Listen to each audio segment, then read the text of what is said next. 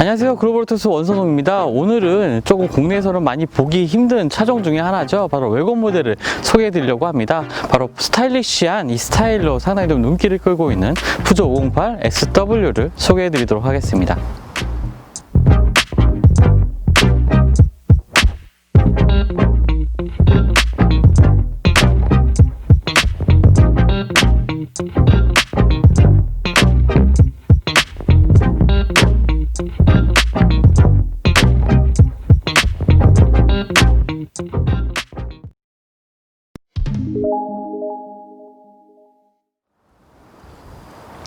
네, 이 푸조가 속해 있는 이 PSA 그룹은 최근에 좀 큰 이슈를 좀 발표를 했죠. 바로 FCA 그룹과의 그 합병을 좀 결정을 했습니다. 좀 합병이 이제 성사가 된 거고요. 차후에 좀 조정할 부분은 있겠지만 이 두 회사가 이제 거대 기업으로서 하나의 기업으로서 좀 태어나게 됐습니다. 이 소식이 전해지고 나서 뭐 PSA 그룹과 FCA 그룹이 합쳐지게 되면 어떤 시너지를 발휘할지에 대해서 많은 언론들이 좀 주목을 하고 있는데요. 일단 PSA 같은 경우에는 이 푸조, 시트로엔, DS 브랜드들이 좀 섞여 있고 또 오펠도 속해 있는 그룹이죠. 이 브랜드들 같은 경우에는 주요 시장이라고 할 수 있는 이 미국 시장에서 사실 그렇게 큰 힘을 발휘하지 못하고 있는 브랜드들입니다. 그러한 기업들이 이제 FCA 그룹과 좀 합병을 통해서 이제 미국 시장 진출을 조금 더 수월하게 이 FCA 그룹의 네트워크를 활용해서 조금 더 수월하게 좀 진행을 할 수 있을 거라고 좀 여겨지고요. 또 FCA 그룹 같은 경우에는 상당히 좀 노후화된 플랫폼을 많이 가지고 있습니다. 그런 것들을 이제 PSA 그룹의 EMP2 플랫폼 같은 최신 플랫폼들을 좀 적용을 해와서 새로운 차량들을 만드는데 좀 적극 좀 활용할 수 있을 거라고 좀 보여지고요. 그리고 일단은 이 두 그룹의 규모 자체가 상당합니다. 유럽 시장 같은 경우에도 이 두 그룹이 판매하고 있는 차량이 한 400만 대 정도가 되고요. 또 시장 점유율로 합쳐서 봤을 때는 한 24%까지도 올라가는 이러한 구조로 되어 있습니다. 또 글로벌 시장에서는 뭐 도요타에 이어서 이제 4위 규모의 아주 거대 자동차 기업이 탄생하게 된 건데요. 사실 이러한 합병을 좀 온전하게 이제 장점만 바라볼 수는 좀 없을 것 같습니다. 어려움도 분명히 있을 것 같은데요. 기존의 PSA 그룹이 속해 있는 이 브랜드들이 가지고 있는 차량들이 이 미국 시장에는 그렇게 적합한 차량들이 아니었습니다. 모두 좀 작은 차량들이었죠. 거기다가 이제 중국 시장도 사실 좀 녹록지 않은 분위기고요. 또 FCA 그룹 같은 경우에는 사실 지금은 지프 브랜드만이 조금 좋은 성과를 내고 있을 뿐이지 다른 브랜드 같은 경우에는 역시나 또 다른 제조사들처럼 글로벌 시장에서 어려움을 겪고 있는 것이 사실입니다. 이 두 기업이 얼마나 이제 효율적으로 좀 힘을 맞춰서 그들의 자원을 한데 모아서 현재 그 라인업 확대뿐만 아니라 뭐 전동화라든지 자율주행에 있어서 얼마나 또 힘을 모을지도 좀 지켜봐야 될 것 같은데요. 어찌됐건 간에 지금의 현재 자동차 산업이라는 것이 서로 힘을 모으지 않으면 절대 살아남을 수 없는 그러한 아주 야생의 시장이 아닌가 이런 생각도 들게 되는 최근의 이슈였습니다. 그럼 지금부터 508SW 한번 디자인을 살펴볼 텐데요. 일단은 디자인 같은 경우에 기존에 출시됐던 508에 적용되었던 많은 디자인 요소들이 거의 뭐 그대로 적용이 되어 있고요.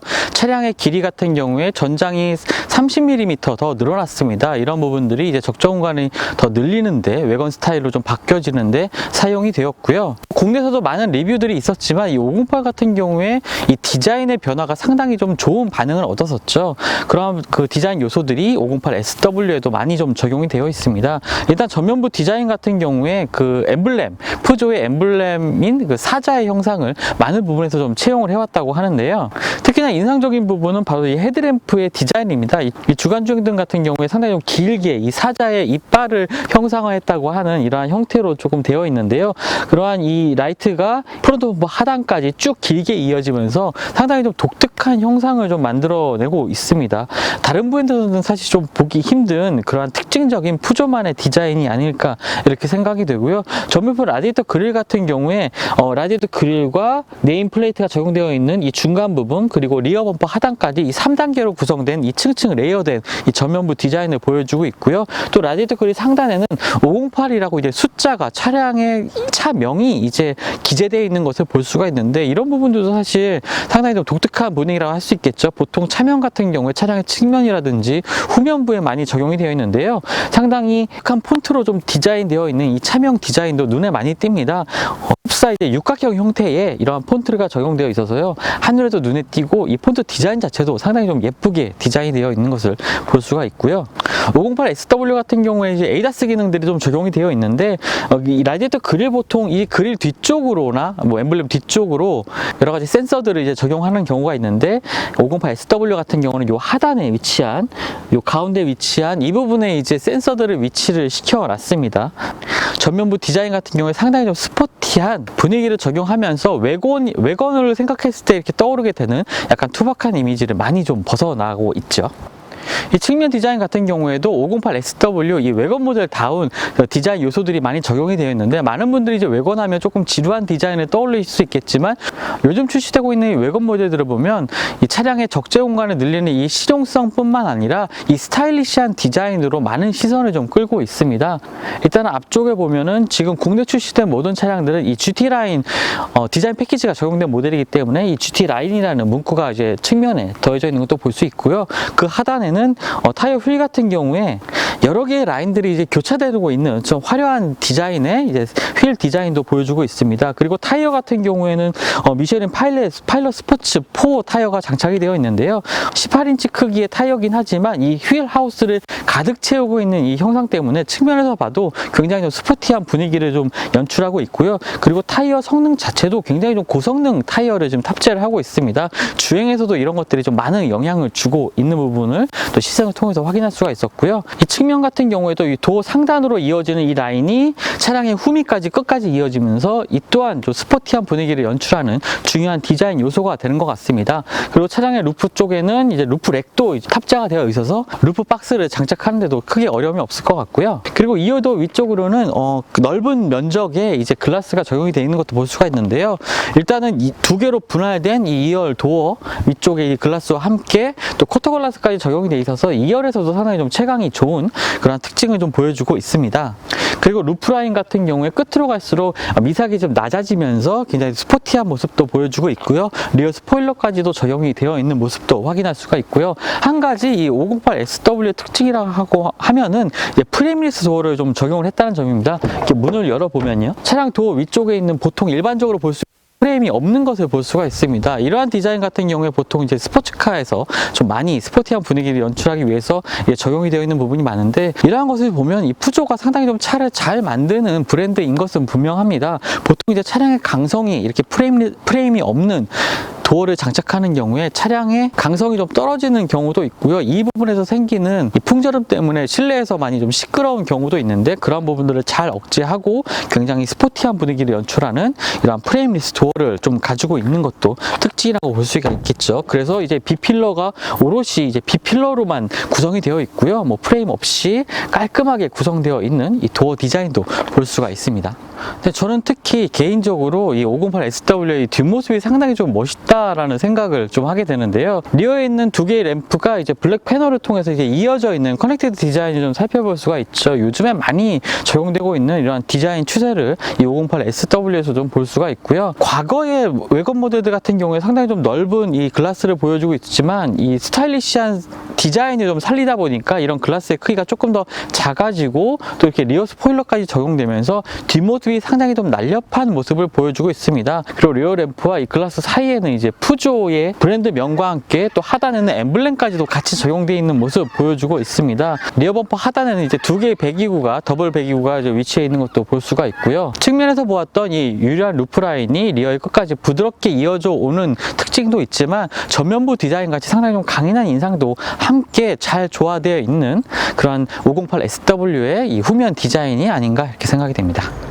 네, 508SW의 실내를 한번 좀 살펴보겠습니다. 일단은 가장 먼저 눈에 띄는 부분이 이 계기판이겠죠. 계기판 같은 경우 상당히 독특한 형태로 되어 있습니다. 보통 일반적으로 이 스티어링 휠의 이 림 사이로 이제 계기판이 보여지는 경우가 많은데, 지금 508SW 같은 경우는 이 스티어링 휠 디자인 자체가 밑에도 잘려 있고 위에도 잘려 있는 이 더블 D컷 형태라고 좀 보시면 되겠습니다. 그래서 이 스티어링 휠의 크기가 상당히 좀 작고요. 일단 손에 쥐는 느낌도 상당히 좋습니다. 엄지손 엄지손가락이 파지되는 이 부분이라든지 이 손가락 뒤쪽이 이렇게 걸리는, 잡을 수 있는 이 부분도 상당히 그립감이 상당히 좋아서요, 스포티한 주행을 즐기기에도 이 좋은 형태의 스티어링 휠이라고 보여지고요. 이 스티어링 휠 때문인지 아닌지는 모르겠습니다만 이 계기판이 상당히 조금 얇은 형태로 위쪽으로 나와 있는 것을 좀 볼 수가 있습니다. 그래서 이제 보통 이 스티어링 휠 위쪽으로 이제 너머로 계기판을 바라보게 되는데요. 이 계기판의 구성 자체도 왼쪽은 속도계, 오른쪽은 RPM 게이지 이런 식으로 좀 나와 있고요. 현재 그 주행 모드를 알려주는 이 기능도 함께 표시되고 있습니다. 뭐 헤드업 디스플레이는 갖춰져 있지 않고요. 그리고 스티어링 휠 이 뒤쪽으로는 이제 변속할 수 있는 이 패들 시프트가 장착이 되어 있는데요. 좀 적극적으로 좀 패들 시프트를 활용을 한다면 굉장히 좀 스포티한 주행을 즐기기에도 상당히 좀 좋아 보입니다. 그리고 상단 이제 대시보드 같은 경우에 차량의 이 실내 내부의 마감이 그래도 어느 정도 좀 상당히 좀 잘 되어 있는 것을 볼 수가 있는데요. 일단 상단 대시보드 같은 경우에 이 우레탄 소재로 되어 있는 이러한 조금 푹신한 쿠션 소재의 이 소재들이 덧대어져 있고요. 그 하단으로는 이 카본 무늬의 이 소재가 좀 덧대어져 있습니다. 그래서 굉장히 좀 스포티한 이미지를 만드는 부분인 것도 같고요. 또 송풍구 디자인 같은 경우에 전체가 이제 크롬으로 된 것이 아니라 상단만 이렇게 크롬으로 되어 있는 것을 볼 수가 있습니다. 이 전체를 크롬으로 하는 것보다는 조금 더 스타일리시한 분위기를 만드는 이 송풍구 디자인인 것 같고요. 그 하단으로는 디스플레이 창이 있고 자주 쓰는 이 기능들 같은 경우에 외부에 버튼으로 이렇게 나와 있는 것도 볼 수가 있습니다. 네, 이제 인포테인먼트 시스템을 좀 살펴볼 텐데요. 일단 말씀드린 것처럼 이 화면 자체가 이게 돌출식으로 좀 되어 있는 형태이긴 한데 이 좌우로 좀 여백이 좀 많은 편입니다. 그래서 한 이 화면 크기는 한 8인치 정도의 크기고요. 조금 더 모니터 화면을 좀 키웠다면 이 디지털화된 상당히 좀 그런 이미지가 좀 날 것 같은데 그런 점들은 조금 아쉬운 부분이기도 하고요. 첫 번째 메뉴 오디오 관련 메뉴이고요. 뭐 이 부분에 있어서는 일반적인 사용 방법과 좀 동일합니다. 옵션으로 이제 들어가 보게 되면요. 여러 가지 한 3가지 정도의 메뉴가 있습니다. 그 중에 에어 퀄리티 시스템이라고 해서요. 공기 정화 기능도 활성화시키고 차단할 수 있는 기능도 있습니다. 미세먼지 필터가 적용되어 있다고 하니까요. 요즘에 좀 황사가 좀 심해지긴 하는데 그런 부분에 있어서는 조금 도움이 되겠죠. 이 버튼 관용량 싱글이냐 뭐 동승객이 같이 있느냐에 따라서 공장치 설정이 좀 바뀌는 부분이고요. 이 오토 모드 같은 경우 기본적으로 오토 모드 같은 경우에 3가지를 선택을 할 수가 있습니다. 소프트, 노멀, 패스트가 있는데요. 이제 패스트 모드에서는 조금 더 빠르게 이제 공기 뭐 더운 날씨 같은 경우에는 좀 더 빠르게 공장치 성능을 높여서 빠르게 온도를 낮출 수 있는 부분이 있고요. 이 소프트 같은 경우에는 바람의 세기를 조금 더 부드럽게 해서 이 찬바람이 좀 강하게 이렇게 실내로 들이치는 것을 조금 싫어하는 고객분들이라면 이 소프트 설정으로 해놓으시면 될 것 같습니다. 그리고 세 번째 버튼은 내비게이션인데요. 사실 시스템상에 이제 내비게이션이 따로 설치가 되어 있지는 않습니다. 하지만 이제 안드로이드 오토와 뭐 애플 카플레이, 뭐 미러링크 등을 통해서 내비게이션 핸드폰에 있는 이 내비게이션 기능을 이 차량에서도 사용할 수가 있게 되겠고요. 네 번째 메뉴는 다양한 차량 설정 관련 기능인데요. 뭐 주차 센서라든지 전도등 상향 자동 점등 기능 이런 거 같은 경우는 마주오는 차량을 너무 눈부시지 않게 하는 그러한 안전 기능이 되겠죠. 그리고 트랙션 컨트롤 뭐 이런 것들을 활성화하는 버튼들이 나와 있고요. 네 번째로 말씀드렸던 것처럼 이제 스마트 기기를 연결하는 그런 기능들을 이제 활성화할 수 있는 기능들입니다. 보시는 것처럼 애플 카플레이는 이제 케이블을 꽂아서 활성화시킬 수가 있고요. 안드로이드 오토라든지 미러링크를 통해서 스마트 기기의 기능들을 또 활성화시킬 수가 있습니다. 그리고 6번째 기능은 아이콕핏 앰플리파이라는 기능인데요. 한번 눌러보면요. 마이 릴렉스, 뭐 마이 부스트 이 2가지 모드가 있습니다. 그러니까 2개의 다른 모드를 설정을 해서 자신의 취향에 맞게 고를 수 있다는 건데요.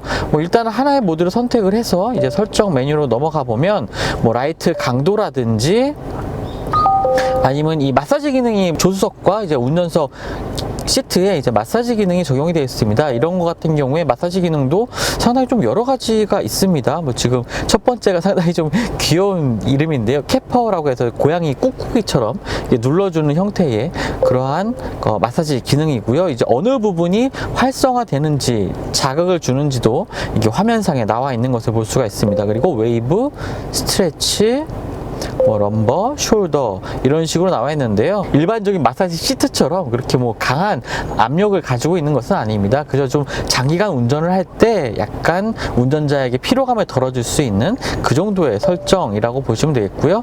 그리고 주행 모드 같은 경우에는 총 4가지가 있습니다. 표준, 스포츠, 에코, 컴포트 이 4가지가 있는데 지금 이 설정을 통해서 자신이 원하는 많이 사용하는 주행 모드로 설정을 해 놓으면 이제 마이 릴렉스 메뉴를 선택을 했을 때 지금까지 선택한 메뉴들이 한 번에 다 적용이 되는 거죠. 그리고 또 다음으로는 뭐 부스트 기능이라고 해서 이 또한 이제 2번째 설정이라고 보시면 되겠습니다. 뭐 첫 번째는 조금 더 일반적인 주행을 할 때의 상황을 맞춰서 좀 설정을 해 두셨다면 조금 더 스포티한 주행을 조금 달리고 싶은 그러한 상황일 때 이제 마이 부스트 설정을 좀 스포티한 분위기로 좀 맞춰 주시면 2가지 모드를 필요에 따라서 선택을 할 수가 있겠죠. 지금 차량의 리어뷰 카메라 같은 경우에도 이 해상도가 그렇게 뭐 좋은 편은 아닙니다. 다소 조금 뿌옇게 보이는 부분이 있지만 기능면에 있어서는 그렇게 나쁜 편은 아니고요. 지금 이제 오른쪽에는 이제 360도 카메라, 차량의 위쪽에서 본 그 탑뷰 방식의 이 카메라가 나오는 부분이 있고, 이쪽 같은 경우에는 이제 차량의 후방 부분인데요. 만약에 이 장애물이 차량의 뒤쪽에 조금 장애물이 있다고 좀 판단이 되는 경우에는 이렇게 탑뷰 방식으로 바뀌면서 조금 더 보기 편한 화면 방식으로 바뀌는 것도 좀 확인할 수가 있습니다. 그리고 여러 가지 좀 그 뷰 방식이 좀 보여지고 있는데요. 오토 모드도 있고요. 그 다음에 줌뷰, 아까 말씀드렸던 줌뷰 부분이 이 부분이고요. 그 다음에 360도 부분, 그리고 기본 뷰 방식의 이러한 뷰 화면도 좀 보여지고 있는 것을 볼 수가 있습니다. 기능 면에서는 좀 충실하게 또 다양한 모드를 지원하고 있습니다. 그리고 디스플레이 창 하단으로는 이제 드라이브 모드 변경 버튼이 있는데요. 이 드라이브 모드를 변경을 할 때마다 이제 계기판의 디스플레이 화면이 조금 더 다른 분위기로 연출되는 것도 좀 특징이라고 할 수 있겠고요. 기어 노브 같은 경우에도 상당히 좀 모양이 독특하죠. 잡아서 이렇게 당기기에 좀 조금 더 좋은 형태의 이런 기어 노브 디자인이 있습니다. 그리고 뭐 R&D 같은 경우에 이렇게 뒤로 당겨서 버튼을 누르고 당겨서 이제 변경을 할 수가 있고요. 파킹 버튼 같은 경우는 기어 노브 상단에 버튼이 있습니다.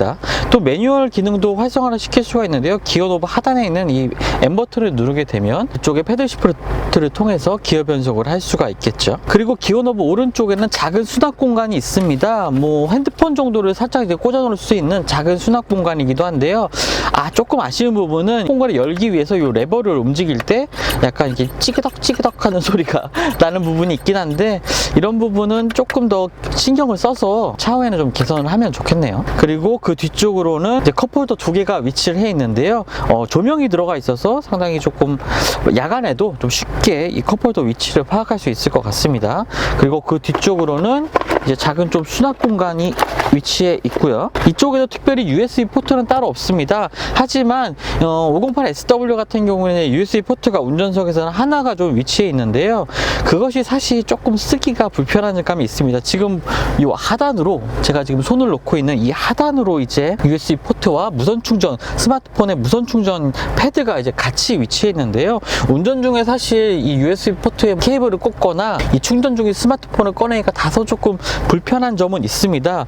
그러니까 어떻게 이제 차량의 디자인을, 실내 디자인을 다 해놓고 어디다가 이제 포트, USB 포트와 뭐 충전 패드를 만들까, 뭐 여기밖에 없겠다라는 그러한 과정이 이렇게 상상이 될 그러한 위치에 좀 위치해 있는데요. 이러한 부분들은 조금 쓰기는 좀 불편하긴 하지만 그래도 좀 기능을 갖추고 있다는 점에서 좀 의미를 찾을 수가 있겠고요. 또 한 가지 또 설명드릴 부분이 상당히 508SW의 좀 장점 중에 하나라고 할 수 있는 부분이 바로 이 시트입니다. 시트 같은 경우에 상당히 가죽 소재도 좋고요. 시트 무늬 같은 경우에 이렇게 꼼꼼하게 스티치가 들어가 있어서 굉장히 좀 화려한 그러한 모습을 보여주고 있습니다. 그리고 허벅지를 지지해주는 이 부분까지도 이렇게 앞으로 빼서 활성화를 시킬 수가 있고요. 그래서 시트 포지셔닝 같은 경우에 비교적 외관 모델이라는 이러한 특성을 고려하지 않더라도 시트 포지션을 상당히 좀 자신에게 맞게 잘 맞출 수가 있습니다. 하지만 제가 잠깐 주행을 해봤는데요. 이 허벅지 부분 같은 경우에 좌우로 이렇게 세워져 있는 부분이 있습니다.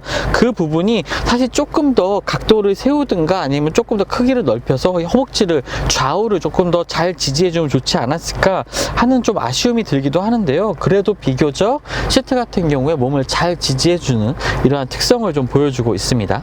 썬루프 같은 경우에는 1열 쪽까지만 좀 열리는 썬루프가 좀 적용이 되어 있는데요. 썬루프 버튼은 이 상단에 있는 이 버튼을 눌러서 이렇게 열 수가 있고요. 그리고 스티어링 휠 왼쪽에 보면은 이제 차선 유지 기능이라든지 ADAS 기능을 활성화시킬 수 있는 버튼들도 위치해 있는 것을 볼 수가 있습니다. 네, 2열 공간에 좀 와 있는데요. 2열 공간 자체도 기존의 이제 508 세단 모델과 비교할 때 그렇게 실내 공간이 넓어지진 않았습니다. 뭐 전장이 차량의 세단 모델보다 길어지긴 했지만 그런 공간 같은 경우에는 이제 적재 공간을 늘리는 데 좀 많이 활용이 됐고요. 기본적으로 2열 내 실내 공간은 뭐 세단 모델과 거의 동일하다고 보셔도 되겠습니다. 그리고 시트 공간 같은 경우에는 제가 지금 이 시트를 제 주행 포지션에 좀 맞춰놓은 상태인데 한 주먹이 하나가 조금 더 들어가는, 하나 반 정도가 들어가는 이 무릎 공간 보여주고 있고요. 2열 시트 같은 경우에 1열보다 조금 더 높다는 느낌을 좀 받게 됩니다. 그리고 이 하부에 이제 발을 놓을 수 있는 공간 같은 경우에 비교적 구동축이 지나는 부분이 상당히 좀 낮게 설정이 되어 있어서 발을 놓기도 좀 편안한 부분이 있고요. 그리고 가운데는 이제 송풍구가 위치해 있고요. 그 하단으로 USB 포트 2개가 위치해 있는 것을 볼 수가 있습니다. 시트 같은 경우에도 1열 시트와 마찬가지로 상당히 좀 꼼꼼하게 이 바느질이 된 이 시트가 위치를 해 있고요. 그리고 암레스트를 열어보면 2개의 작은 컵홀더를 위치할 수가 있는데 컵홀더 자체가 이제 컵을 잘 이렇게 잡아줄 수 있는 형태는 아닙니다. 그리고 이쪽에 보시면 이제 스키스루가 위치해 있는데요. 역시나 좀 긴 짐을 넣기에 좀 편리한 부분이 될 것 같고요. 머리 공간 같은 경우에도 주먹이 한 하나 반 정도가 들어갈 수 있는 이 넉넉한 헤드룸을 가지고 있는데요. 이 천장 같은 경우에 이렇게 쑥 파져 있기 때문에 조금 더 헤드룸 공간에 여유가 생긴 것 같습니다. 천장 소재 같은 경우에는 천 소재로 되어 있는데요. 오염도 상당히 좀 적을 것 같은 이러한 소재들로 잘 마감이 되어 있습니다. 뭐 가죽 시트 부분이라든지 차량의 곳곳에서 볼 수 있는 이 소재 같은 경우에 제법 좀 꼼꼼하게 마감이 된 그러한 모습들을 좀 보여주고 있고요. 또 2열 시트 앞쪽에는 이 러기지 네트가 있어서 물건을 수납하기도 좋을 것 같습니다. 거기다가 이 2열 같은 경우에는 조금 아쉬운 부분이 창문이 끝까지 내려가지 않는 부분이 있습니다. 지금 가장 낮게 내린 상태인데도 조금 많이 올라와 있죠. 1열 같은 경우에는 비교적 그래도 끝까지 내려가는 형태였는데 아무래도 차량의 스타일 때문에 도어의 크기가 좀 작아지다 보니까 이 유리가 끝까지 내려가지 않는 부분이 좀 있는 것 같습니다. 자, 아무래도 외건을 구매하는 가장 큰 이유는 바로 넉넉한 적재 공간 때문이겠죠. 한번 적재 공간을 살펴보면요. 기본적으로 이제 2열 시트를 모두 다 세운 상태에서는 530리터의 적재 공간을 확보를 하고 있습니다. 상당히 좀 정리가 잘 돼 있고요. 네모 반듯하게 이 끝쪽에도 특별하게 튀어나온 부분이 없기 때문에 물건을 수납할 때도 상당히 좀 유리하고요. 저도 지금 몸을 조금 낮춰서 지금 거의 이 트렁크 쪽에 앉아서 지금 말씀을 드리고 있는데요. 그만큼 좀 낮습니다. 위치가 뭐 외건이다 보니까 적재 공간의 높이 자체가 낮기 때문에 이 짐을 무거운 짐을 실을 때도 상당히 좀 편리하게 좀 물건을 실을 수 있을 것 같고요. 2열 시트 같은 경우에는 6대4 폴딩 방식입니다.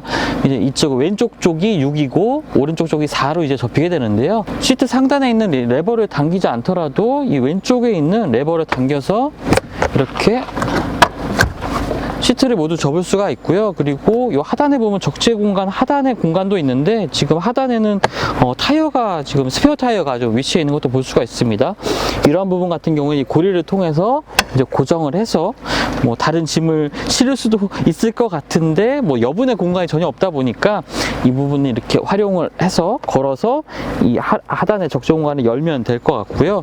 그리고 좀 꼼꼼하게 처리된 부분 중에 하나라고 생각하는 게 이 트렁크 도어 부분입니다. 이 부분 같은 경우에 일반적으로 만약에 노출이 된다면 이 짐을 실을 때 물건이 뭐 긁히거나 하는 부분이 있을 것 같은데 이런 부분도 이렇게 열고 닫히는 이런 덮개를 좀 적용을 해서 깔끔하게 좀 마무리가 되어 있고요. 또 물건을 실을 때 이 긁히지 않도록 금속 패널이 이쪽에 좀 덧대어져 있는 것도 확인할 수가 있습니다. 그리고 또 508 SW 특징 중 하나는 이 적재 공간을 조금 더 효율적으로 좀 여러 가지로 좀 활용도를 높이기 위해서 이렇게 레일이 좀 달려 있다는 건데요. 이 레일 같은 경우에는 이제 움직일 수 있는 고리가 장착이 돼 있어서요. 이런 것들을 통해서 물건을 넣고 끈을 통해서 이제 모든 적재물을 좀 고정을 할 수가 있을 것 같습니다. 한번 짐을 한번 넣어볼게요. 제가 지금 준비해 온 게 26인치 꽤나 큰 지금 캐리어인데 지금 2열을 모두 다 접은 상태에서 이게 집어넣어 봐도 상당히 좀 여유가 있습니다. 지금 이 캐리어, 같은 크기의 캐리어가 하나 더 들어갈 수 있을 만한 여유 공간 확보하고 있고요.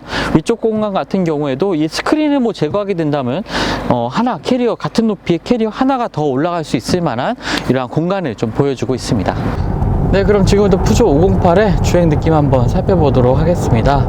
일단은 벌써 11월이네요. 제가 이 날짜를 말씀을 드리는 이유가 보통 이맘때쯤에도 해가 좀 높이 있었거든요. 근데 지금은 거의 지금 뉘엿뉘엿한 상태입니다.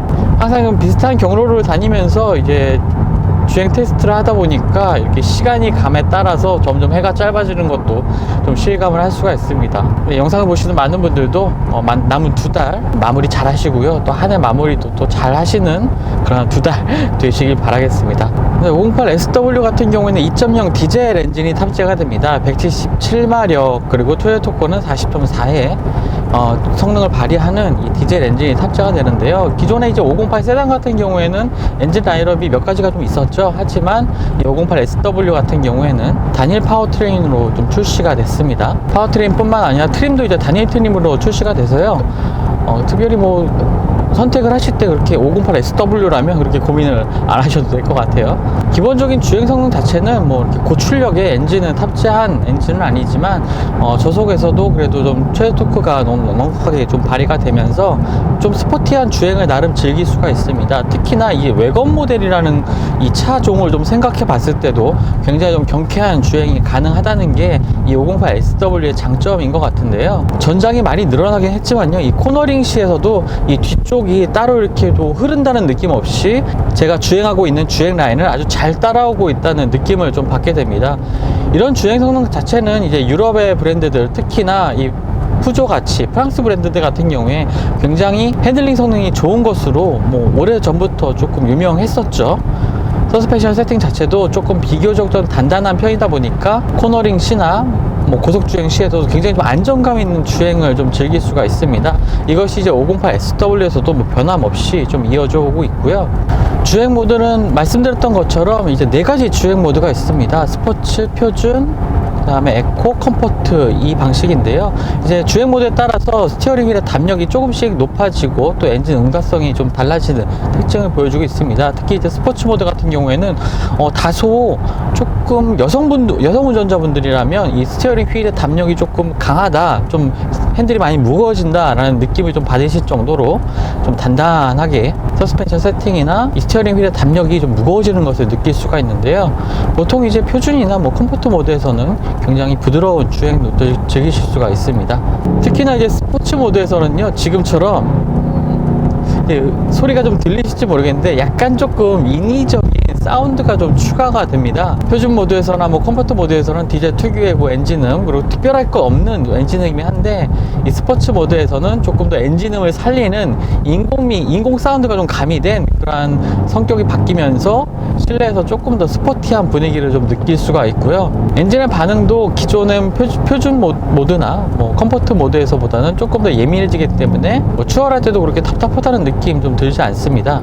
2000rpm부터 뿜어져 나오는 이 40.4의 좀 최대 토크를 조금 활용을 하면서 경쾌한 주행을 즐길 수 있다는 게 외건 모델임에도 불구하고 이 508SW의 좀 좋은 장점이라고 좀 볼 수가 있겠죠. 특히 승차감을 만드는 것은 이 서스펜션의 세팅이 상당히 좀 잘 돼 있다는 점입니다. 앞쪽은 이제 맥퍼스 스트럿, 뒤에는 멀티링크 타입의 서스펜션이 적용이 되어 있는데요. 이 멀티링크 서스펜션이 적용되다 보니까 아까 좀 실내를 설명할 때 2열 공간이 생각했던 것보다 조금 좀 좁다라는 말씀을 드렸었는데, 그리고 시트 포지션이 조금 높다라는 말씀도 드렸었죠. 이런 것들이 이제 후륜에 멀티링크 서스펜션이 적용이 되면서 아무래도 이 멀티링크 서스펜션 같은 경우에는 이 부피가 상당히 좀 크고 무게도 조금 무거운 편입니다. 그렇다 보니까 공간을 좀 많이 차지하고 그것이 이제 2열 시트의 높이를 좀 높일 수밖에 없었던 그러한 특징이 아니었나 이렇게 생각이 되고요. 또 그에 반해서 적재 공간은 그렇게 크게 희생되지 않은 점, 그러니까 아무래도 이 푸조 508SW를 이제 개발을 하면서 적재 공간은 최대한 살리되 아쉽지만 2열 공간은 조금 희생하자라는 뜻에서 아마 멀티링크를 적용을 하고 그렇게 디자인이 된 것 같습니다. 복합 연비 같은 경우에는 13.3인데요. 지금 제가 90km 정속 주행을 해보면 연비가 한 14 13 정도에서 왔다 갔다 하는 모습을 좀 보여주고 있습니다. 뭐 연비 같은 경우에 디젤 엔진을 탑재하다 보니까 기존 가솔린 모델보다 조금 이점이 있겠죠. 이제 주행 모드를 스포츠 모드에서 컴포트 모드로 한번 바꿔서 주행을 해보겠습니다. 확실히 스티어링 휠이 조금 더 유연하게 좀 움직이는 것을 볼 수가 있는데요. 그렇다고 해서 뭐 코너링 시에 뭐 차량의 거동이 그렇게 크게 변하는 부분은 없습니다. 여전히 예리함은 좀 살아있는 모습을 좀 보여주고 있고요. 그리고 굉장히 좀 좋은 평가를 받았던 이 508 세단 모델의 이 주행 질감이 이 외관에서도 뭐 전혀 손색 없이 좀 반영이 되어 있는 것도 좀 특징이라고 볼 수가 있겠습니다.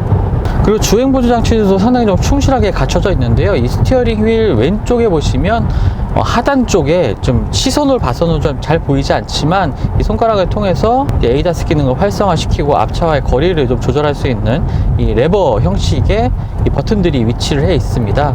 한번 기능을 한번 활성화시켜서 주행을 해보면요. 지금 살짝 손을 놓고 주행하고 있는데 뭐 차선의 중앙을 유지하는 기능이라든지 앞차의 거리를 조절하는 기능들이 굉장히 좀 유연하게 적용이 되는 것을 볼 수가 있습니다.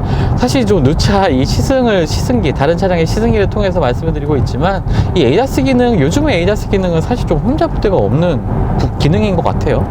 대부분 이제 좀 상향 평준화되어 있다라고 볼 수가 있겠고요. 또 차선의 중앙 유지하는 기능 같은 경우에도 한쪽으로 치우침 없이 똑바로 이렇게 잘 주행하는 모습을 좀 볼 수가 있습니다. 이 주행을 하고 한 10초 정도가 지나면 이제 스티어링 휠에 손을 잡으라는 메시지가 이제 계기판에 표시가 되고요. 경고가 계속 나오는데도 이제 스티어링 휠에 손을 잡지 않으면 기능이 이제 해제가 됩니다. 508SW에 장착된 이 ADAS 기능 같은 경우에는 경고가 계속 되는 상황에서도 손을 잡지 않으면 기능 자체가 이제 해제가 되고요. 요즘에 이제 상위 모델들, 프리미엄 세단들 같은 경우에는 이 ADAS 기능이 해제되는 경우 운전자에게 뭐 이상이 있다는, 이상 징후가 발견됐다는 뭐 그러한 판단 하에 이제 차량의 속도를 줄여주고 또 완전히 정차까지도 하는 그러한 모습들도 보이고 있거든요. 심지어는 이제 차량 내부에 콜센터 쪽으로 이제 SOS 신호를 보내는 그러한 기능까지도 있는데요. 뭐 508SW에 그 정도까지 기능은 없고요. 기본적인 ADAS 기능을 탑재를 하고 있습니다. 디젤 엔진이다 보니까 이 정차 시에는 어느 정도 뭐 진동 같은 것들이 이 시트나 핸들을 통해서 운전자에게 전해지기도 하는데요. 주행을 시작하면 사실 그렇게 특별히 뭐 신경 쓸 정도의 뭐 소음이라든지 진동이 느껴지지는 않습니다. 하지만 조금 예민하게 조금 살펴본다면 이 시트로 전해지는 진동이 이 스티어링 휠에서 전해지는 진동보다 조금 더 크긴 합니다. 이 주행 시에도 이 엉덩이 윗부분 쪽으로 아주 작은 진동이 전해지는 것이 좀 느껴지긴 하는데요. 그렇게 뭐 주행에 신경 쓰일 정도 또는 뭐 스트레스를 받을 정도의 그런 진동은 아니니까요. 그런 점은 좀 고려하시면 좋을 것 같고요. 하지만 정차 시에는 어느 정도 좀 디젤 엔진 다운 진동과 소음이 좀 실내로 전해지는 것은 뭐 어쩔 수 없는 부분인 것 같습니다. 차량 같은 경우에도 상당히 좀 꼼꼼하게 잘 되어 있다는 판단이 좀 드는데요. 특히나 이제 노면에서 올라오는 소음이 상당히 좀 잘 억제가 되어 있습니다. 주행을 해도 뭐 엔진음, 가속 시에 생기는 뭐 엔진음이라든지 뭐 바람의 소리가 그렇게 들리긴 하는데 뭐 시끄러운 정도는 아니고요. 일반적으로 한 100km 정도 주행했을 때 조금 크게 느껴지는 그러한 수준, 뭐 일반적인 수준이라고 볼 수가 있겠습니다. 그에 비해서 뭐 노면 밑 하부에서 올라오는 소음은 그렇게 크게 느껴지지 않고요. 아주 잘 차음이 되어 있는 것이 좀 특징이라고 볼 수가 있겠네요. 사실 조금 이제 속도를 높여서 좀 주행을 하다 보면은 저속 영역에서의 그 추월할 때의 저속 영역에서의 그 추월감보다는 이 중속 영역 이후부터 좀 넉넉한 토크가 좀 발휘가 되고 최저 출력이 좀 넉넉하게 좀 나오면서 오히려 중속 영역 이후에서 조금 더 여유로운 주행을 할 수 있는 것을 좀 느끼게 합니다. 보통 이제 디젤 엔진 같은 경우에 초기 토크가 상당히 좀 좋죠. 일반적인 가솔린 엔진보다. 하지만 이 508SW 같은 경우에는 그것보다는 조금 속도를 낼 때 이 토크나 출력을 조금 더 살릴 수 있는 세팅으로 좀 되어 있는 것 같고요. 아무래도 이 508SW의 전반적인 성격을 좀 말해주는 부분이 아닌가 이렇게 생각이 됩니다. 일반적인 주행에서는 초기 발진 시의 이 가속감보다는 중속 영역 이후에서의 좀 토크를 살리고 가속감을 그때부터 좀 발휘하는 이러한 세팅으로 조금 더 편안하게 시내 주행에서도 조금 더 편안하고 고속 주행 시에서도 좀 더 여유로운 주행이 가능하게 하는 이러한 설정인 것 같은데요. 이런 것들이 아무래도 좀 외관 모델을 원하는 많은 소비자들에게는 조금 더 적합한 주행 특성이라고 볼 수가 있겠죠. 벌써 지금 6시가 안 된 시간인데 벌써 상당히 어두워져서 이 영상으로는 제가 조금 어둡게 나올 것 같다는 좀 걱정이 들기도 하는데요. 참 국내 시장은 이 외관 시장의 참 불모지라는 사실이 제가 지금 이 자동차 쪽에 일을 시작하고 나서 이 시승을 시작하고 나서도 계속 좀 하게 되는 반복되는 얘기인 것 같습니다. 국내 제조사 같은 경우에서도 i40 같은 외관 모델을 출시하긴 했지만 사실 이 외관 모델 같은 경우에 수입 프리미엄 브랜드에서도 좀 출시를 했다가 국내에서는 그렇게 재미를 보지 못했죠. 거기다가 SUV에 대한 선호도가 또 높아지면서 이 적재 공간에 대한 이 이점도 좀 외관 모델보다는 이제 SUV를 통해서 찾게 되는 경우가 좀 많이 있는데요. 그럼에도 불구하고 외관 모델의 장점은 확실히 있는 것 같습니다. 일단 뭐 짐을 싣기도 이 전고가 낮다 보니까 편한 점도 있고요. 또 세단의 주행 질감을 고스란히 이 넓은 적재 공간에 가지고 이 전장의 긴 차종에서도 꾸준히 이어갈 수 있다는 것이 이 외관의 가장 큰 장점이 아닌가 싶습니다. 그래서 좀 세단의 주행 질감에 좀 익숙한 분들이라면 아무래도 좀 외관을 선택하는 게 그렇게 큰 차이 없이 부담 없이 운전을 즐길 수 있는 부분인 것 같고요. 또 전고가 높지 않다 보니까 이 좌우 롤도 잘 억제가 되는 편입니다. 이러한 장점에도 불구하고 뭐 전 세계 시장으로 외관 모델이 좀 잘 팔리지 않는 것은 뭐 어쩔 수 없는 사실인 것 같습니다. 서유럽 시장이 그나마 좀 남아있는 이 외관 모델의 시장이라고 보여주고요. 뭐 가장 큰 시장이라고 볼 수 있는 뭐 미국이나 중국 시장, 뭐 국내 시장에서도 사실 외관의 선호도는 크게 높지가 않죠. 하지만 이 분명히 외관 모델을 원하는 소비자들이 꾸준히 있는 것은 사실입니다. 뭐 그 수가 적긴 하지만요. 이 외관의 장점을 좀 알아주고 하는 분들이 여전히 있다는 점은 뭐 저도 뭐 충분히 인식하고 있는 부분인데요. 그러한 점에서 이 푸조 브랜드가 이 508SW를 국내 시장에 좀 출시한 것은 다양한 차량들을 좀 선택할 수 있는 이 선택의 여지를 준다는 부분에서 좀 환영할 만한 일인 것 같습니다. 거기다가 이 외관 모델답지 않게 굉장히 좀 스타일리시하고, 저는 오히려 세단 모델보다는 이 외관 모델의 스타일이 더 스포티하고 굉장히 좀 유려한 디자인이라고 좀 생각이 되거든요.